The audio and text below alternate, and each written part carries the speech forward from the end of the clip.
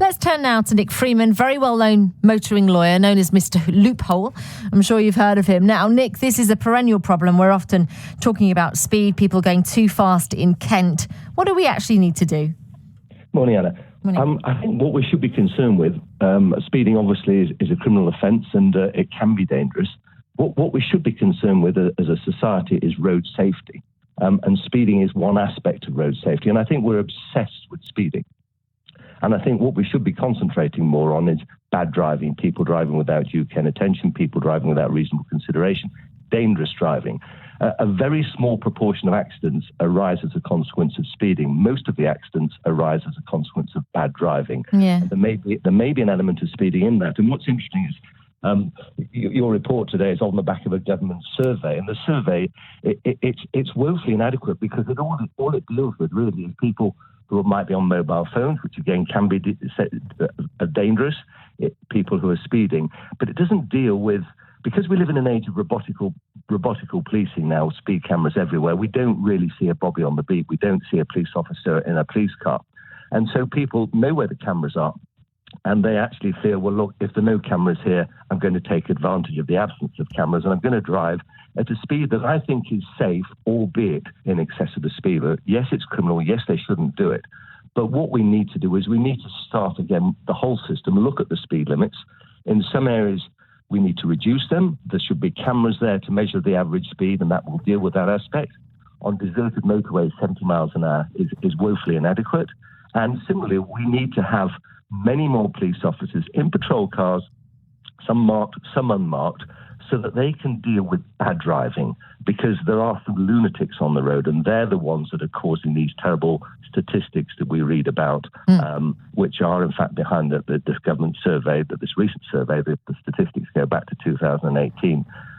That's what we need to stamp out. And the way the roads are policed today, that just simply will not happen. We're looking at this myopically. We need to look at it in a much wider, with much wider lenses and deal with the real problem. And it's also important to bear in mind, if you have a police officer in a police car, that is a visual deterrent. If a police officer stops you, he's going to speak to you. He's going to establish your identification. You may have taken drugs. You may have had alcohol from the night before. You may be over the limit. You may have illegal people in the car. You may have stolen property in the car. There's a whole range, a plethora of offences that are now going undetected. Our roads are basically a green light for criminals to move with freedom because there are no police on the roads. So the only way to stop this is by putting police back where they should be, on our roads, in police cars, and of course on the streets, so that they can tackle bad driving, use their discretion. If someone's going at 34 and a 30 or 35 and a 30, yes, that is illegal, and that person can be spoken to, and the police officer can say to you, look, don't do that again. It is potentially dangerous, and they can exercise a discretion. It doesn't happen with cameras. So at the moment, there's a friction between motorists and the authorities. And unfortunately, our roads are lacking behind in investment. We have the worst surfaces, I think, of any EU road now. So there's a great deal of frustration for the motorists. We need, as a society, to make our roads safer. And I think the government need to be employing people who actually know what they're talking about, rather than just concentrating in the way that they are, which basically misses the whole trick. It gives the impression we're actually tackling a problem. The problem is speeding. No, it's not. The problem is bad driving, and that's the problem that should be tackled. Yeah, it's an interesting point. In fact, you're in agreement with the motoring journalist Quentin Wilson, who we talked to earlier on, was very keen that we ought to get more police people out on the streets rather than those cameras. You talk about bad driving, though. You're right, absolutely. But I wonder if the problem is how we quantify that. Now, speeding is easy to quantify. You're going too far. So maybe that's why we tend to pinpoint it, because it's one of the things we can do something about. Well, a police officer can quantify bad driving very easily.